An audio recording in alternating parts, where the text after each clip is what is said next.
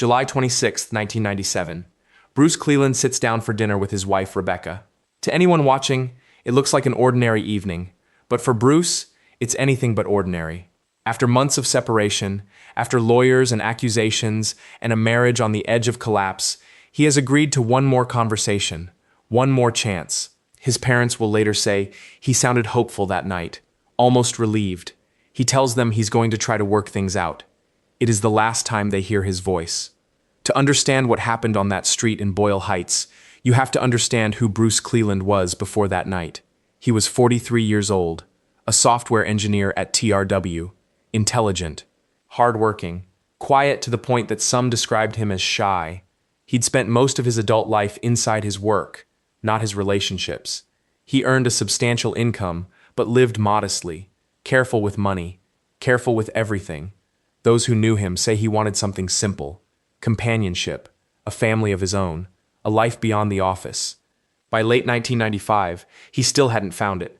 Then, at a swap meet, Bruce Cleland meets a woman named Rebecca Quezada Salcedo.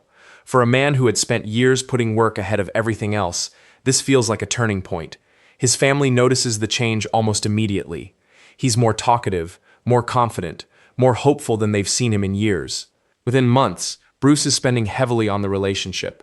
Cars, trips, jewelry, furniture, a house, eventually marriage, a secret civil ceremony in October 1996, followed by plans for a full church wedding 3 months later. Bruce buys a large house in Whittier, the kind of home he imagines filling with a family. He believes he's building a future with the woman he loves.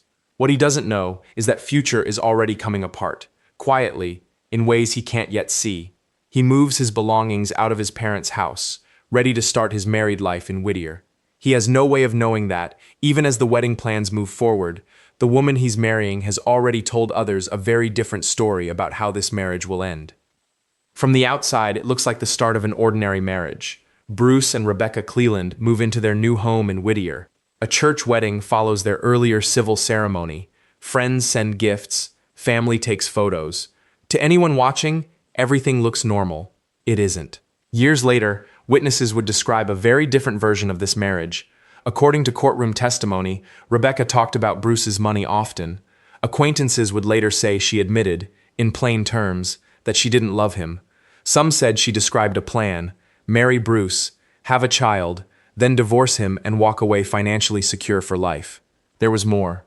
Investigators found that before the wedding ever took place, Rebecca had used Bruce's credit cards without his knowledge, running up charges he wouldn't discover until later. These weren't rumors whispered after the fact. According to the people who testified, Rebecca had said these things herself while the relationship was still ongoing.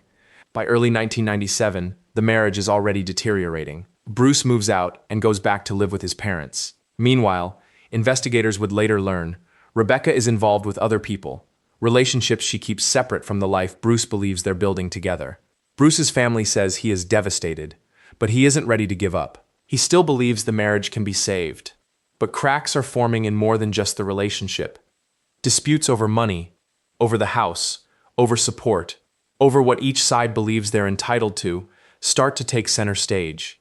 Investigators would later conclude that these financial disagreements weren't a side issue. They were the center of everything. By spring 1997, the marriage is no longer just strained. It's collapsing. Rebecca Cleland consults a divorce attorney. She presents Bruce with a proposed separation agreement, one that would let her stay in the Whittier house while Bruce continued covering the mortgage and her expenses. Bruce refuses to sign it. According to court records, Rebecca responds by threatening him directly. If he won't agree to her terms, she'll accuse him of molesting her young son. It's a threat with no basis. But it's also a threat designed to leave him with no good options. Bruce, in turn, consults an attorney of his own. The advice he receives changes everything. If the marriage ends, Rebecca won't be entitled to the kind of financial settlement she's been counting on. No large payout, no long-term spousal support. For a marriage built, at least on Rebecca's side, around financial security, that legal opinion removes the safety net she expected. The stakes of staying married, or ending it, have just gotten much higher. And yet, despite everything, the threats, the lawyers, the deteriorating trust, Bruce Cleland still wants his marriage to work. On July 25, 1997, he calls his parents. He tells them he's going to meet Rebecca that evening. One more conversation. One more attempt to fix what's broken. It's a conversation rooted in hope. It will be the last conversation his parents ever have with their son. July 25th, 1997, the date that, in hindsight, marks the final countdown to a murder already set into motion. July 25th, 1997. Evening. Bruce and Rebecca Cleland sit down for dinner in Boyle Heights. To Bruce, this is exactly what he hoped for, a chance to talk, to reconnect, to save what's left of his marriage. But investigators later discover something Bruce has no way of knowing that night. Throughout the evening, Rebecca is making phone calls. Phone records, pulled later by investigators, tell a story of their own. Calls between Rebecca and relatives who will later become central figures in this case, happened before the murder. They happened during dinner, and some happened just minutes before the shooting. After dinner, the couple drives to the home of Rebecca's uncle. They stay there until roughly 1 a.m. Then they leave, heading toward Whittier. It's the last leg of the drive Bruce Cleland will ever take. Here is where the two accounts of that night begin to split. Rebecca later tells police that a warning light came on. The rear hatch, she says, wasn't closed properly. She pulls over. She gets out to check it. That's when, she claims, someone strikes her from behind. She's knocked unconscious. When she wakes up, Bruce is lying in the street. That's her version. Investigators believe something very different. Prosecutors would later argue that this stop was never random, that it was planned in advance, and that a gunman was already waiting nearby when the car pulled over. According to their theory, Bruce was shot first while still inside the vehicle. He tried to run. The shooter followed him into the street and fired again, and again, until Bruce Cleland collapsed. Two very different stories. One single, undeniable outcome. A man who left dinner hoping to save his marriage will never make it home. It's a taxi driver, passing through the neighborhood, who comes upon the scene. Bruce Cleland is lying in the street, mortally wounded. Rebecca is nearby. Within minutes, emergency responders are on the scene, working to save a man who is already beyond saving. The quiet residential block, until moments ago an ordinary street in Whittier, is suddenly anything but. Paramedics arrive, but there's nothing they can do. Word spreads through the neighborhood before sunrise. Something terrible has happened on this street. Neighbors step outside. Lights come on in nearby houses. For a community that rarely sees this kind of violence, the shock is immediate. But the people who feel it most haven't even been told yet. Hours later, that knock comes, at the door of Bruce Cleland's parents. For Theda Cleland and her husband, the news is almost impossible to absorb. Their son had left the house that evening hopeful, determined, convinced there was still a chance to fix his marriage. Instead, he never comes home. For a family that believed the worst chapter of this story was a failing marriage, this phone call marks something they could never have prepared for. Their son is gone. And for investigators, the real work is just beginning. For the detectives processing this scene, the carjacking theory starts falling apart almost immediately. The SUV is still there. Bruce's wallet is still in it. Rebecca's purse, untouched. The only thing reportedly missing is a wedding ring. If robbery was the motive, the evidence doesn't support it. Not even close. Investigators turn their attention to physical evidence and find almost nothing consistent with a violent street robbery. Questions about Rebecca's account start piling up. Detectives begin painstakingly reconstructing the timeline of that night, minute by minute. Then comes the break. Telephone records. Pulling Rebecca's call history, investigators find a pattern impossible to ignore.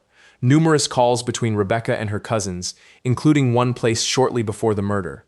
Cell tower data places one of those cousins near the crime scene, right around the time of the shooting. A coincidence, on its own, might be explainable. This isn't a coincidence.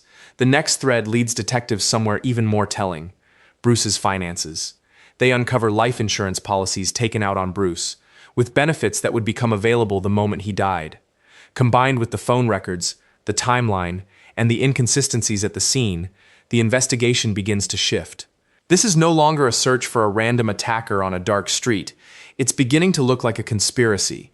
Every piece detectives gather, the untouched valuables, the suspicious phone calls, the insurance money waiting to be claimed, starts pointing in the same direction. Not toward a stranger, toward someone Bruce Cleland trusted completely. As detectives piece the timeline together, Rebecca Cleland's version of that night collapses under its own weight. The carjacking story doesn't hold up. The phone records can't be explained away. And the more investigators dig, the more the case stops looking like a tragedy that happened to Bruce Cleland, and starts looking like something done to him. Prosecutors begin building a theory far more disturbing than a random act of violence. According to investigators, this wasn't a stranger waiting in the dark. It was a plan. One prosecutors allege Rebecca herself set into motion, recruiting her cousins, Jose Quesada and Alvaro Quesada, to carry it out. This is no longer a case about a mysterious gunman who happened to be in the wrong place at the wrong time. It's a case about whether Bruce Cleland, a man who only wanted to save his marriage, was walked into an ambush by the one person he trusted most. What started as a single, devastating loss is now a full-blown homicide conspiracy investigation, one that's about to lead detectives straight to Rebecca's own family. After 7 months of investigation, arrests finally come in February 1998. Rebecca Cleland, Jose Quesada, Alvaro Quesada. Prosecutors lay out their case plainly. Bruce Cleland was murdered for financial gain, and the scene was staged to look like a carjacking that never actually happened.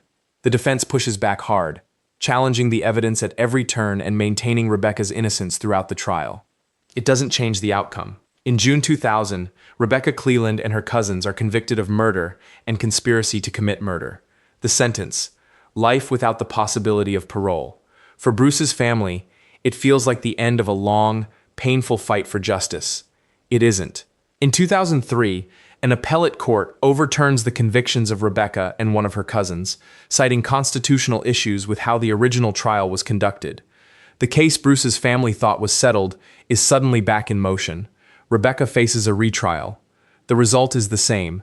She's convicted a second time and sentenced once again to life without parole. This time, on appeal, the sentence holds.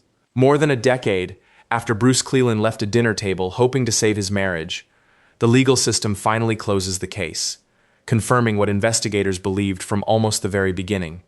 He wasn't killed by a stranger. He was killed by the people closest to him. The case of Bruce Cleland remains one of California's most disturbing murder-for-profit investigations. It's a case that exposes the danger of misplaced trust, the way financial motive can quietly take root inside a marriage, the critical role phone records and forensic evidence played in uncovering the truth, and the unsettling reminder that even the most ordinary-looking relationship can hide a devastating secret. But beneath the trial transcripts and the headlines was simply a man. Bruce Cleland was a quiet, hard-working engineer who spent most of his life waiting for the kind of companionship he finally believed he'd found. He wanted a family, a future, a second chance at love, after years of putting everything else first. He left home that night believing he was on his way to repairing his marriage. Instead, that final dinner became the last chapter of his life. For the people who loved Bruce Cleland, his parents, his friends, the family who never stopped asking what happened to him, no verdict, no sentence, no appeal could ever fully repair what was taken from them. The courts delivered justice. But the loss remains exactly what it always was: permanent.